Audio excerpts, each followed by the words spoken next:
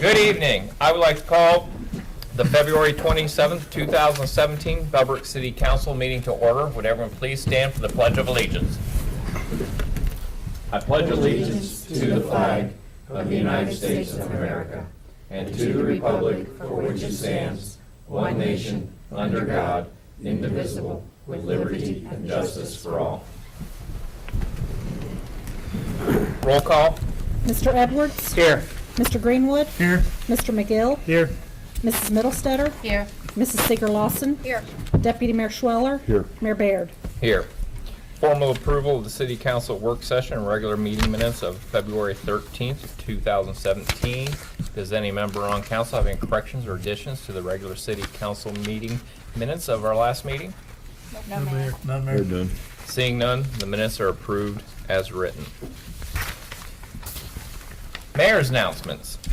We're honored tonight to have Chief Neidhart here, our Chief of the Fire Department. Chief's going to give us our annual report of the Fire Department. Chief?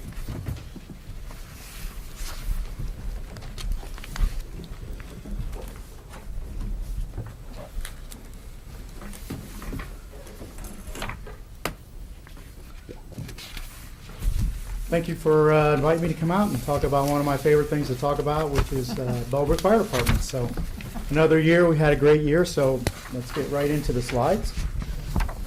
If you have any questions as we're going through them, please raise your hand. If I'm not looking at you, hit me with something. I'll turn around and I'll do the best I can to answer whatever you have questions on. In general information, this is our staffing.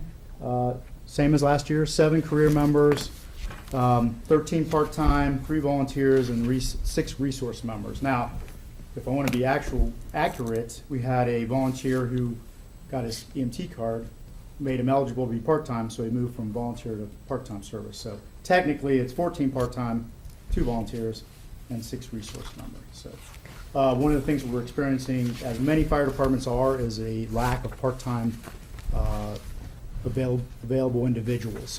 A lot of fire departments are drawing from the same pool. We're not getting quite as many coming out of fire school and EMT. A lot of places are hiring a lot of full-time, which draws from that same number. And even if they draw from other fire departments' full-time members, then those departments end up hiring part-time. So at the time, there's just a lull in some of the availability of part-time members. So we've got a couple that have applied, so we're working on filling some of those numbers. But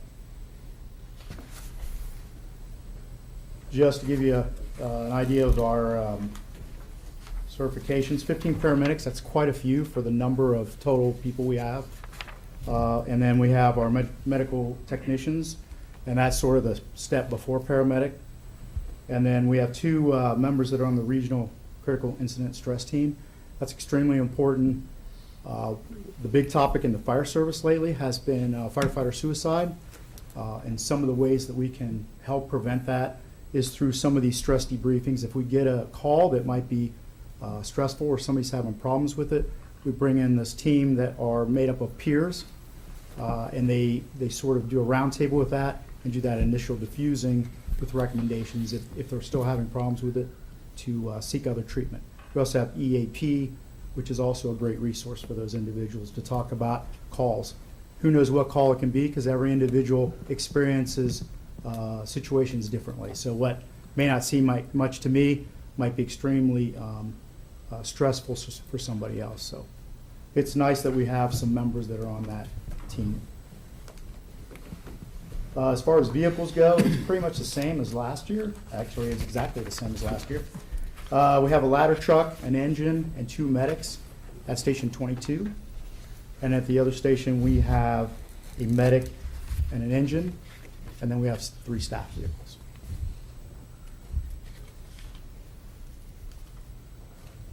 We have a lot of experience on the fire department, which is good.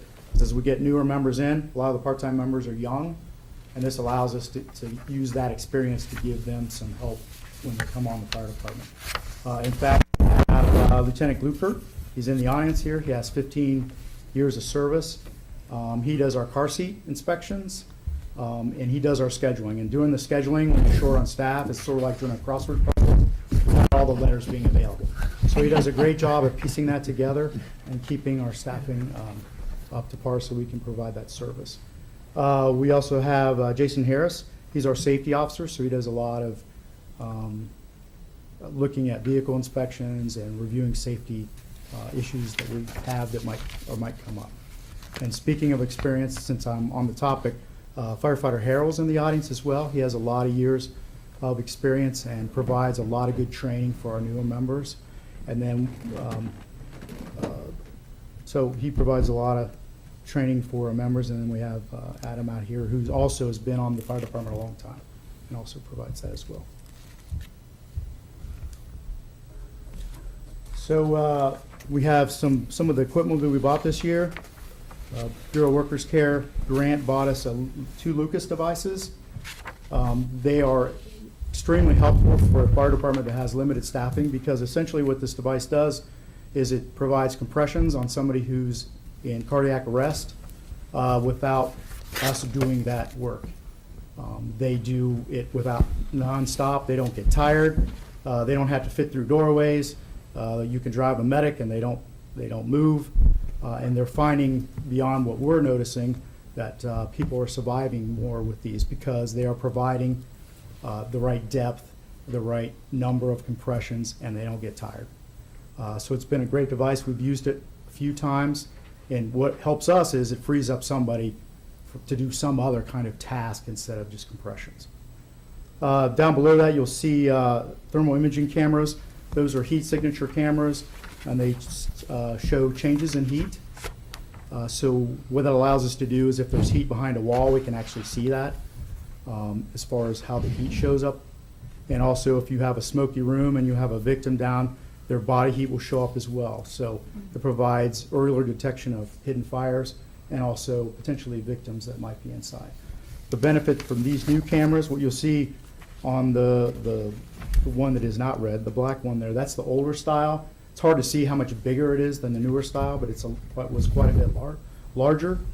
These new ones are smaller. You can actually strap them on their deer, which means that guys will more likely bring them inside if it's convenient to carry them. And not to mention the fact it has a better picture on it as well. It's more precise. So it's really a good addition and an excellent upgrade for what we had previously. And then you see down at the bottom, we had a multi-person van that we had used for years and years. It kind of outgrew its usefulness, so we replaced it with a pickup truck, which we found we're finding to be more useful, has more utility for us as far as carrying equipment and things like that. So that is Captain Hawes's staff vehicle. So. All right, fire prevention. That's also, that is Lieutenant Narker's responsibility. So he spends an entire weekend here talking to every kid from preschool up through 5th grade. Provides excellent information on safety and fire safety. And the kids seem to really enjoy it. Actually, our people enjoy it as well. It's fun to get out with the kids and all that kind of stuff. Then at the end of that, on the next Tuesday, is our open house. And if you haven't been to our open house, that's not my fault. So, I mean, it's huge. It's one of the best in the area. We like it, too, because we get to interact with not only the kids, we get to meet and talk with the parents as well. And it's a great opportunity for them to see what the fire department has for them and us to show off our skills and our equipment. So it's really a great thing, and it's always well attended, so it's phenomenal.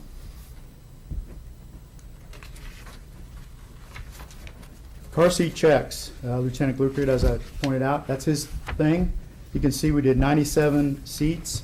That's a lot. He only works every 3rd day, so we're doing a lot of activity in that because there are very few places that offer that, and the training to get that certification is very difficult, and then he has to maintain it all the time. So continue to learn about new car seats and all that.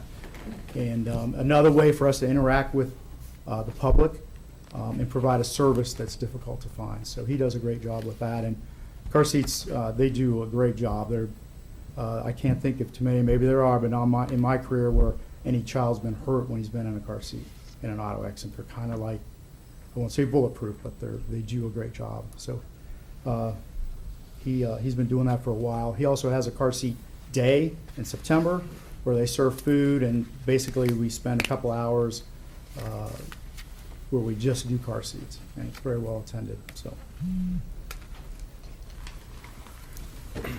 what kind of accomplishments do we have this year? So, 2 of our members, firefighter Rusty Cross and Jacob Zexer, got their paramedics. Again, extremely difficult program to get through. You don't only have classroom time, you've got lab time, and you've got hospital time and run time to do to get through that. These guys were working multiple jobs while trying to get that certification. So hats off to them for getting that done. Firefighter Lawrence, that's the individual that was a volunteer. And then he became part-time and he completed his EMT basic. So his next step in certifications as far as our profession is concerned. And then Captain Bizarro, who's in the audience as well, he did a leadership training through the Leadership Academy. He is always working to better himself. I was trying to think of all the things he did, and I ran out of paper. So basically, he does everything, and it'd be easier to tell you what he doesn't do. He is not to preview next year's. He's working on his bachelor's degree, so I don't want you to get, disappointed next year when you say I've already heard this, but he's working on that. Hopefully, he'll have that done next year. He'll have his bachelor's degree, which is a lot of work when you're raising a couple kids and working full time. So, all right, now the exciting part: stats and bar graphs. So, long story short, we ran 2 less calls than we did last year. But as you see, it's very consistent. It's been that way for the last couple years. There's fluctuations, whether it's fire or EMS. It's just a matter of how those calls fall out. So based on those calls, we'll go to runs by area. We subdivided the city into 5 smaller units for statistical purposes. You'll see that pretty much all the areas, with the exception of Area 5, which is a smaller area, they're very consistent. What you'll note in this information is, because I assume because of Bellbrook's compact size, it's very consistent demographics. It doesn't have a lot of fluctuation of population day to night, weekend to daytime. You're going to see a lot of consistency as we have before in the statistics. But anyway, that's the breakdown of runs by the area.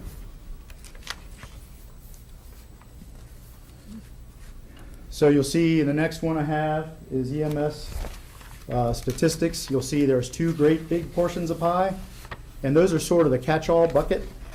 You got illnesses and you got injuries. A lot of times we don't diagnose, and we don't have the testing to diagnose those things, so it gets put into the category of illness if we know no other reason for their issue. And then injuries the same way. And we have a lot of injuries, so it's not just a catch-all. There are a lot of injuries from falls typically and that sort of thing in the community.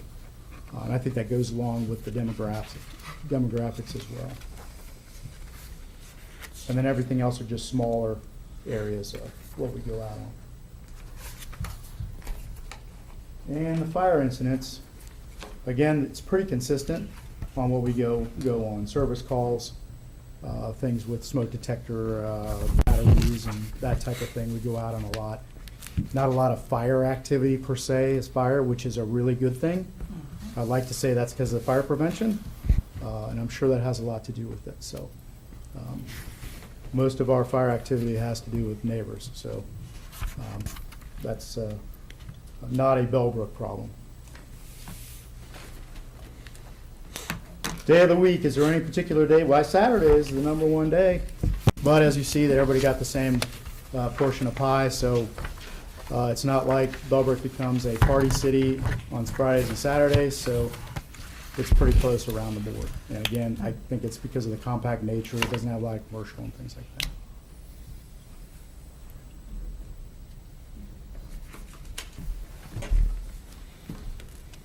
And then time of day, looks like your noon to 4 p.m. Is your #1. And then 4 to 8 p.m., I believe that's your #2. Seems to follow what I remember from Washington Township when I was there. Dinner time, lunchtime seems to be the time when we get more activity. I don't know why, if it's people preparing food or what it is, but that seems to be a typical thing. Again, in Bellbrook, it's not like the difference that you might see in other areas, but again, that's what the stats show us. Let's talk about mutual aid. That's a big topic. You'll see that we received mutual aid 40 times, both fire and EMS, and we gave out mutual aid 145 times. So I'm comfortable with that in that we're not bringing a whole lot of mutual aid in. The fire response I don't really look at because there's nobody in this area that can put out a fire by themselves.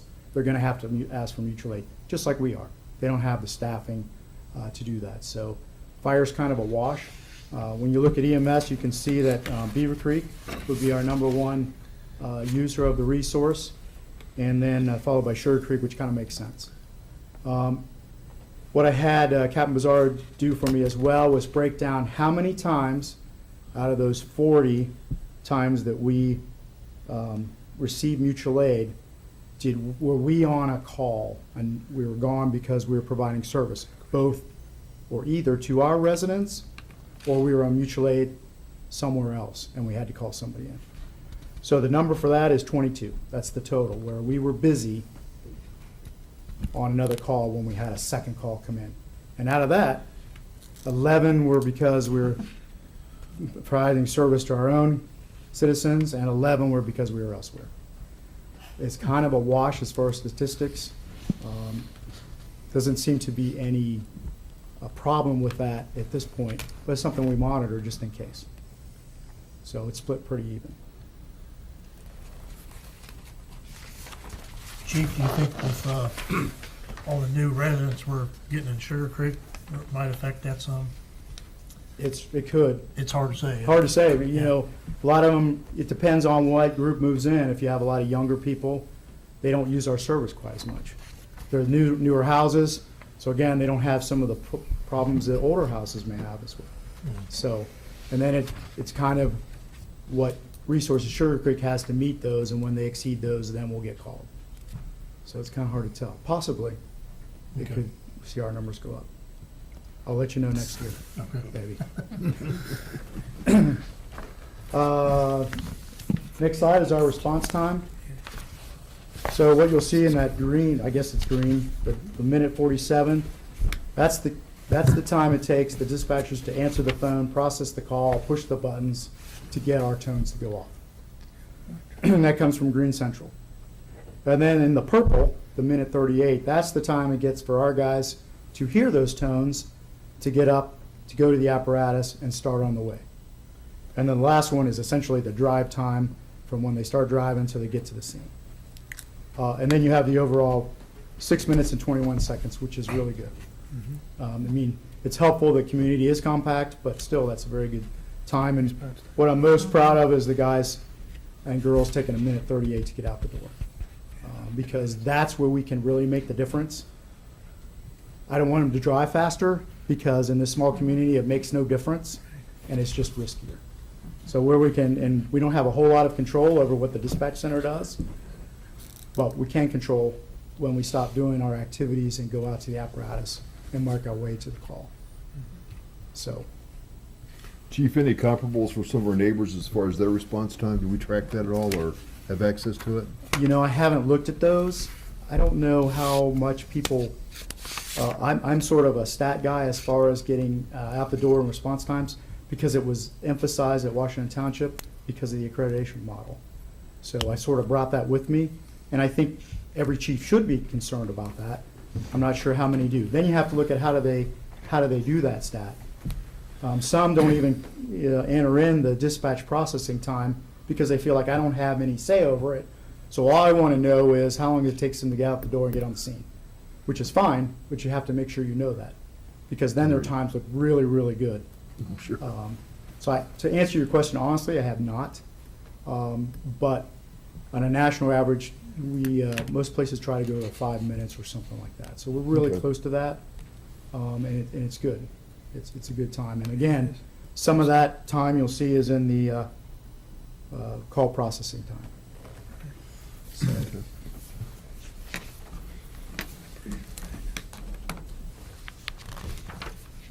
That's all I have. Again, thank you for your support for the fire department. I couldn't be prouder of the men and women that I work with. It's fun to get up every day because not only are they professionals at their skill set, they're also really generally nice people, and it's fun to work with them. So I appreciate the opportunity that I've gotten, and I appreciate all that you and the community's done for the fire department. It means a lot to them, and they really appreciate it, and it's a great department to work for, second to none in my opinion. Small but mighty. So, Thank you, Chief. Council, do we have any questions for our chief this evening? Nice report, keep up the good work. We appreciate it. Chief, we had any major issues with drug overdoses. It's in. you know what? I thought you were going to ask that. So we've had 3 in the year. 1 was an alcohol and 2 were drug overdoses. So Okay. it's not. Were they fatal? I don't remember. And I assume we haven't, it's not Narcan anymore. What do they call it now? No, Narcan is what Same. we use. Yeah. Okay. Yeah, we carrying Narcan for years. That's what's kind of funny for me. We're carrying it when I started. It's just Okay. become more of an issue now because of the situation in other communities. But So really 2, other than alcohol, but 2.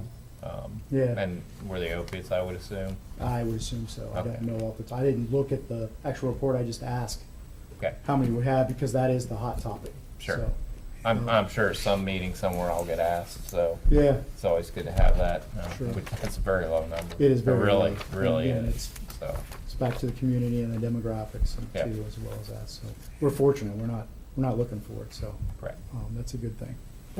Once again, I would tell you that, as echoed here earlier, well-written report, full of statistics to let us know how our fire department's performing in the community. The one particular note that I pulled out of the report was the issue on the smoke alarms, being if they're at Yeah. age 10 years, start looking to replace Mhm. those. And then I think that was a well-pointed item in the report. Any thoughts on on your objectives for this year, for carrying into next year? Yeah, we have the city manager and I have come up with what we have for the budget, and we're working on those things currently, as a matter of fact, Okay. about some purchases and things like that we're going to do for the upcoming year. But things are going well. The thing, when you talk about the stats and all that thing, and as a report and reflection of the fire department, one of the things I think is really cool, and I believe this was the city manager's suggestion, but you'll find at the bottom of all those pages are quotes from our surveys that we get back. And to me, that's where we really make a difference. Yes. Because we get a lot back statistically. My degree's in business, and we talked a lot about marketing and doing surveys. You'll find that most of the time, if people are happy, they don't send them back in. Like, oh, they're good guys. Yeah, they do a good job, and they don't send them back in. Now, if they're irritated, they're more than likely to certainly fill out the narrative part and all the numbers and send them back in. And that's kind of the temperature that I use to take of what these guys do. You see a lot of them made me feel comfortable, made me feel safe. They got there quickly, all those things. And I read every single one, and then they're scanned and they're sent over to the city manager. And any that we would have, which are very few, if any, that might be a little bit negative, we contact them and we follow up with that as well. But there's really nothing to follow up with. So they like I said, they do a great job. Yeah. And that's where it matters, is out on the street and in those people's homes. Right, So- the commentary goes to the fact that you forming a bond with that community and Mhm. carrying forth your professionalism that the Sure. troops provide for them. We may not be in the fire business so much because we have no fires, but we're certainly in the health business. Yeah. And those guys and girls have embraced that, and they provide that to the community. And it's really, like I said, it's easy to come to work because they do a good and great job out there. So Good department, Chief. Chief, I just had a question about the 10 years on smoke detectors. Some of those have a little bit of radioactive material. Is there a turn-in process that people should you know, follow? I contacted the Greene County Waste Disposal, and they seemed to think it was not a big deal to throw those away. What I remember from the conversation. Yeah, I see what you're saying, but I think it's so minor. I think if everybody threw away theirs at the same time, there might be, I don't know. I'm not an expert in that. Well, that's why I was asking you. I didn't know. Yeah, I think that it's so small that the disposal of those, I don't think you have to go through any kind of process that they told me about. 'Cause I think this might be one of the first times I remember even anybody bringing that up. Yeah, that is a new thing that I know in the fire service. It's always been in the fine print. Yeah, yeah, whoever reads that right. Yeah. But I know Lieutenant Gluckert's in the office, that's part of his executive fire officer program, which, again, I hate to preview next year, but he should be finished up with that. And he's done a lot of great research. That was one of them, about the smoke detectors, going out and surveying people, how many have them, are they in the right spot, do they have batteries in them, and all that kind of stuff. So, There's another one. There's two different types, I guess. There's ionization and forget the other one. It's one's for smoke and one's for flame or something. Right, yeah. So, Is there a one better than the other? Or? again, it's kind of the depends on where you have them at. Yeah. You're gonna have a flaming fire more in the kitchen, then the ionization, I think, is better, and then the photoelectric is more for the smoke and the smoldering fire. So, kind of depends on where you have them. Okay. Thanks, Chief. Any other questions on council? Chief, thank you very much for coming out tonight, and I'd also like to thank all the men and women of our fire department. They do a great job. I particularly like seeing that just over 6 minutes from the time I make the call. Hopefully, I will never need to make that call, but it's nice to know you guys are there, and great job. Thank you very much. Thanks, guys. Thank you. Moving on, that is all we have for mayor's announcements this evening. We have no public hearings of ordinances this evening. We do have 3 introductions of ordinances. Ordinance number 2017-1. Mrs. Middlestetter. Yes, thank you, Mayor. Ordinance number 2017-1.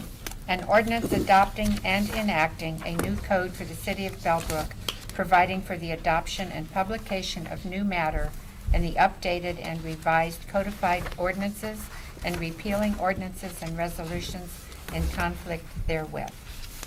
Whereas the Municipal Code Corporation has completed its initial updating and revision of the codified ordinances of the city. And whereas various ordinances of a general and permanent nature have been passed by council since the date of the last updating and revision of the codified ordinances, November 25th, 2013, and have been included in the codified ordinances of the city. Now therefore, the city of Bellbrook hereby ordains Section 1 that the Code of Ordinances for the city of Bellbrook, published by the Municipal Code Corporation, consisting of parts 1 through 14, each inclusive, is adopted. Section 2, that all ordinances of a general and permanent nature enacted on or before July 9th, 2016, and not included in the code or recognized and continued in force by reference therein, are repealed. Section 3, additions or amendments to the code when passed in such form as to indicate the intention of the city of Bellbrook to make the same part of the code shall be deemed to be incorporated in the code, so that reference to the code includes the additions and amendments. Section 4, ordinances adopted after July 9th, 2016 that amend or refer to ordinances that have been codified in the code shall be construed as if they amend or refer to like provisions of the code. Section 2, this ordinance shall take effect May 1, 2017. That should be section 5. That should be section 5, yes. That's, so last year, the city contracted with Municode Corporation to do the recodification. The city charter requires the recodification to occur every 5 years. We were slightly ahead of that schedule. This is a new vendor that we are using this time, so they completely took the code and reformatted it. What you will see when after this is adopted, the web version of this is completely different than anything we've offered before. It's very easy to search, find the code sections that you're looking for, anything like that. So that part of it will be much better, and we'll be able to update that as ordinances are adopted instead of waiting 2-3 years for it. The code itself can be updated online pretty much in real time as soon as we submit it. So you will see that at when we have the public hearing for this. I will have that website up so you can see the link to that. We have the printed versions of the code, but we're really only going to have a handful of those. We'll have one for the clerk. We'll probably have one at the library. We won't have many printed versions. All of councils will have back because it'll be much easier to access using the web. Same thing for the police. Right now, they have the book of ordinances, but they can, with their MDTs, they can access that online just as easily. So it's really, council took a lot of actions last year to eliminate unnecessary sections of the code, so it is shrunk considerably down to just over 400 pages, but it's still a sizable document we don't really need to print because it's more real time if you use it on the web. Any questions for our city manager regarding ordinance number 2017-1?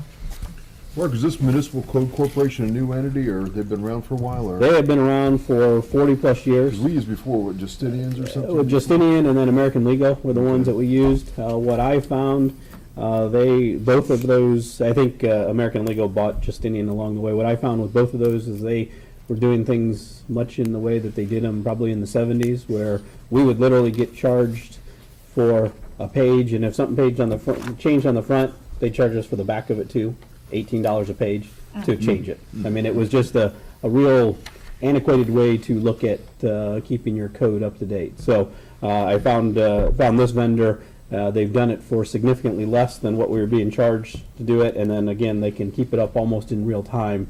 So any changes we make can be found almost instantly on the code, and it'll link back and it'll tell you what ordinance changed it, and it's just really a 20th century way to do this. Sounds like a nice improvement. Yes, Yes. yeah.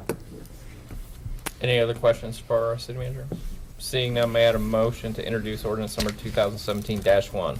Yes, Mayor, I move that we adopt ordinance 2017-1. May I have a second? I'll second. And roll call.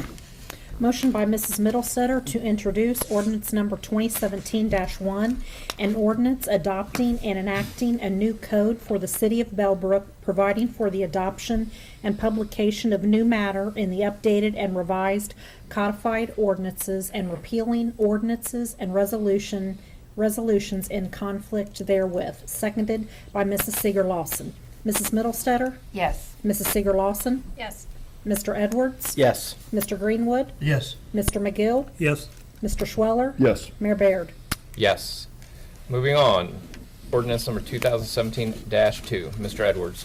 Thank you, Mayor. Ordinance number 2017-2, an ordinance amending Part 4 Traffic Code of the Bellbrook Municipal Code.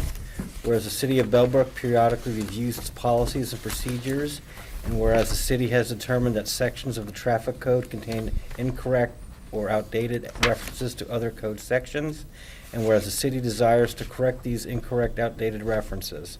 Now therefore, the City of Bellbrook hereby ordains, Section 1, that the following amendments to Chapter 408 penalties of the Bellbrook Municipal Code shall be approved with deletions shown by brackets and strike-throughs, and additions shown by italics and underline. Section 408.01, penalties for misdemeanor. Whoever is convicted or pleads guilty to a misdemeanor or minor misdemeanor shall be sentenced to in accordance with, and the section 69802 is deleted, and ORC chapter 2929 is added. Section 2, that the following amendments to the chapter 440 commercial and heavy vehicles of Bellbrook Municipal Code be approved, deletions shown by brackets and strike-throughs, and additions shown by italics and underline. Section 440.01, load limits. The whole section stays intact with the deletion of subsection B hereof and section 440.02, or otherwise not in conformity with chapter 438, and that is replaced by ORC 5577.05. The rest of the ordinance stays the same. Section 3, this ordinance shall take effect and be enforced from and after the earliest period provided by law. Yes, as you recall, last year, we made some significant changes to both the traffic code and the general offenses code. In doing this recodification, Municode actually came up and found a couple references that were no longer valid. Because of those changes, we deleted a section, and there was another section that referred to it. So those two corrections for the traffic code, correct those were the two that were found in the traffic code. The next ordinance that will be read are the same thing for the general offenses code. So this will just put the correct references in there instead of referring to another section of the municipal code. It refers to the appropriate section of the Ohio Revised Code that covers that topic. Any questions for our city manager?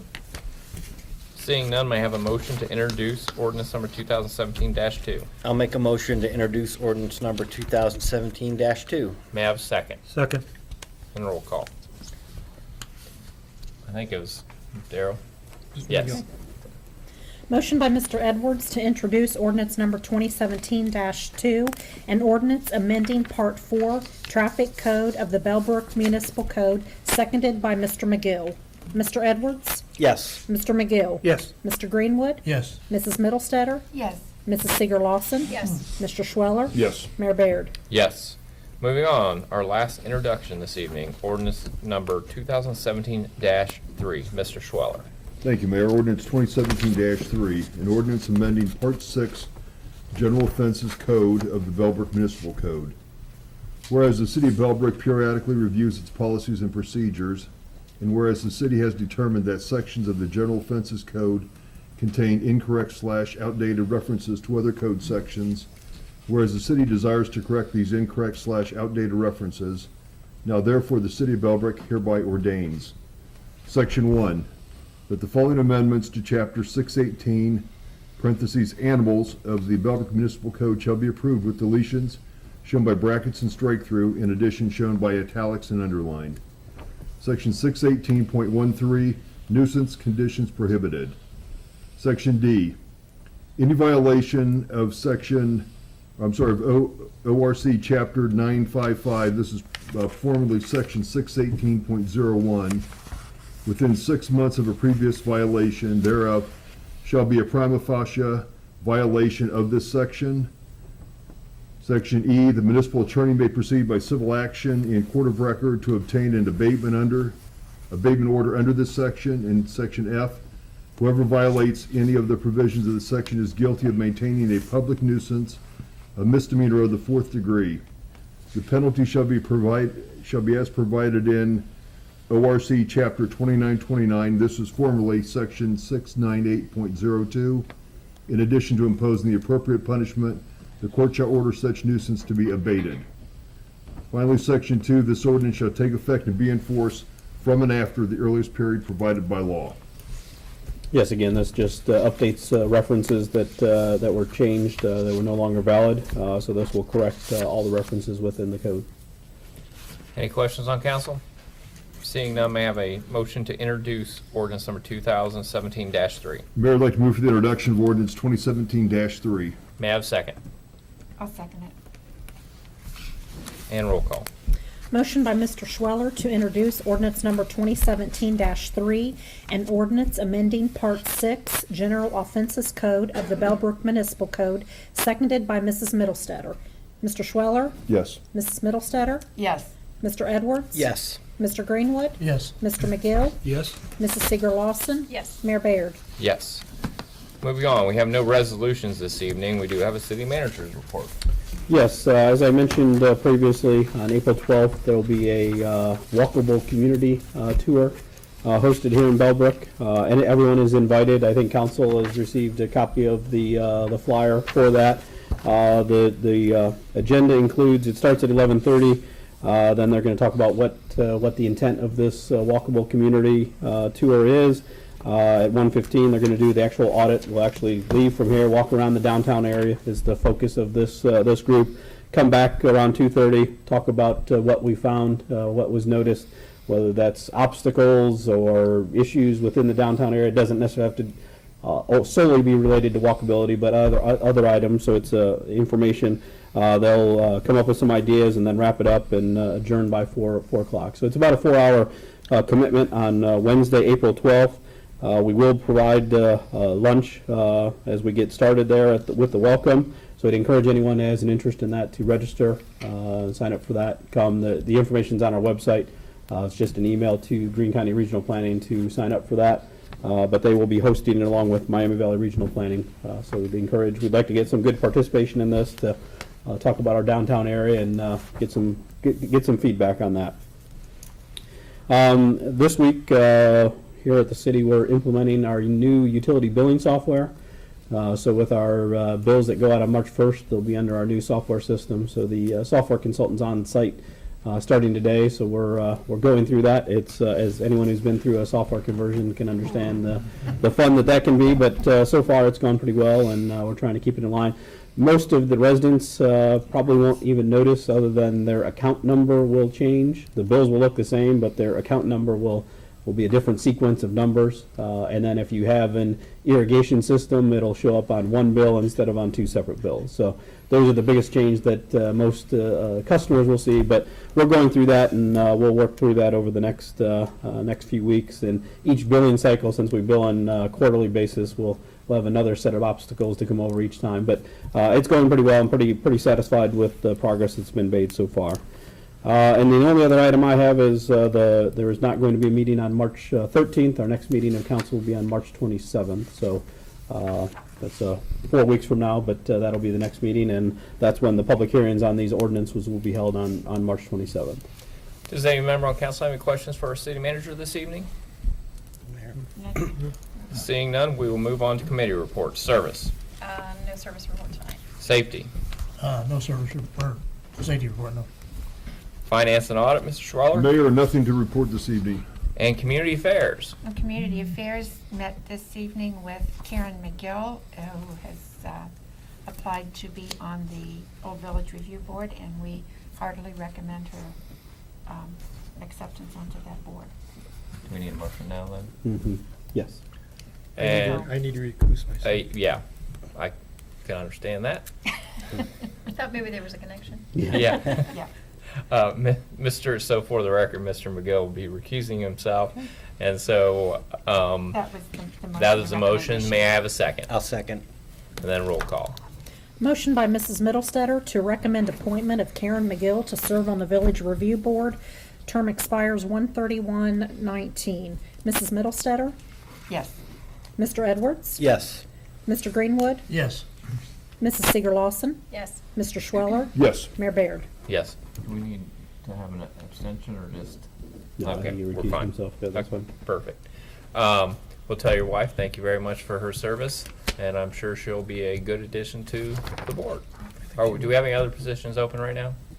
I believe that's it. I think we have now filled, knock on wood, we have filled all the board That is positions good. for the present Yeah. time. Well- All the boards, to my knowledge, I haven't heard anything, so Well, thank you very tonight much to will the save Community you all Affairs that. Committee for doing that. I was on that committee for a few years in the past and went through that interview process with all those open positions, so thank you very much. Anything else from Community Affairs? No, I'll save what I have for open discussion. And then moving on, anyone have any old business? Anyone have any new business? If not, open discussion. I have something, Mayor. I'd like to extend our congratulations to the Bellbrook High School boys swim team and diving team. They had an incredible performance at the state championship this past week. And I'm going to go over some accomplishments here. Justin Borman moved from 23rd place to 19th place in the diving competition.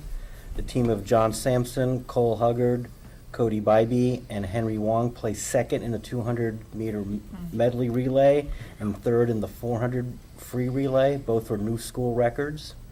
Cole Huggard placed 13th in the 200-meter individual medley. John Sampson placed 7th in the 100 free and then went on to become state champion in the 100-meter backstroke, setting a new school record.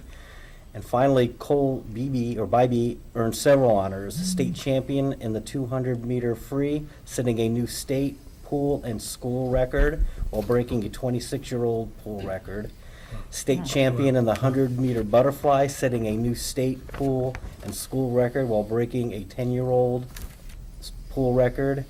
And he also set a new state record for the 100-meter freestyle as part of the 400-meter free relay. And Cody was also named swimmer of the meet. The overall team finished 4th place out of 60 teams. This was the best finish ever, and more amazingly to consider when they only had 4 swimmers competing. Whoa. Wow. So congratulations to the Bellbrook boys swim team, coached by Rob Johnson, And I believe Cody's a junior. the junior. Wow. Yes. Well, thank you very More to much. come for Cody. Yeah. That is, that's That's impressive. incredible. I'm pretty sure his future is bright. Now will be the difficult time, where to go to school. Mhm. And pretty sure it'll be paid for. Thank you very much, Nick. Forrest, anything for open discussion? Nothing, Mayor. On down the line. Nothing, Mayor. I just wanted to make a shout out to the young people in this community and everyone who showed up for Walk a Mile in Her Shoes. As I mentioned last time, February was, and still is, Teen Dating Violence Awareness Month.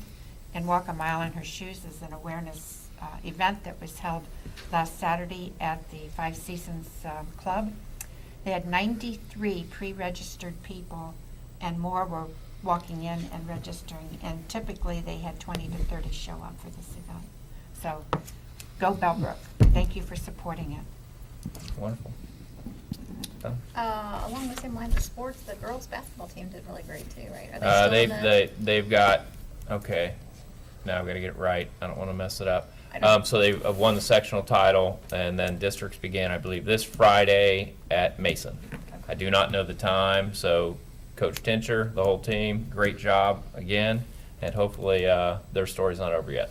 Right, So, but yes. that's all I had. Nothing for tonight, Mayor. Only thing I had this evening, I know a few weeks ago I talked about the passing of Bob Reed. Bob was a local community person, along with his wife, been very involved with the Chamber of Commerce for over, well, I don't know, I've been involved for 8 years, and longer than me, who passed away. They are going to have a celebration of life this Saturday at Brian Coe's funeral home, Connor Coe. Conoco. Funeral home. It's from 2 to 4, and then at 4 o'clock they'll actually have some people get up and talk about Bob and all the things that he has done, both in our community and also throughout Greene County. So if anyone knew Bob, he was a great guy, good friend of mine. Come out and celebrate Bob's life. And that is all I have. Does anyone in our audience have anything? I see a couple of Boy Scouts out there, so I always pick on Boy Scouts. So you need to come up, tell me your name and what troop you're with, which I can pretty much guess. And you both can get up there at once and tell us, are you working on a badge or are you here for another reason? Well, my name is Connor Libby. This is Kobe Kowal. We're both from Troop 375. I'm a second class and he is life. Both of us are working on citizenship in the community. Sorry. And that's about it. Would you like to say anything? Yeah, I'm from Troop 275 and working on our merit badge for citizen in the community. And we both are hoping to get our eagle. I'm almost there, not my wife. Well, wonderful. I know, I believe the Eagle Scouts got recognized this past Sunday, and hopefully you guys will be on that list next year. So, well, thank you very much for coming out. We'll give you guys pins of the city. Thanks for coming out tonight, guys. Thanks for coming out, and good luck on the Eagle Scout project. I know we're always looking for good ideas for you guys. Anyone else out there have anything for open discussion? Does any member on council have any other business to come before us this evening? Seeing none, this meeting is adjourned.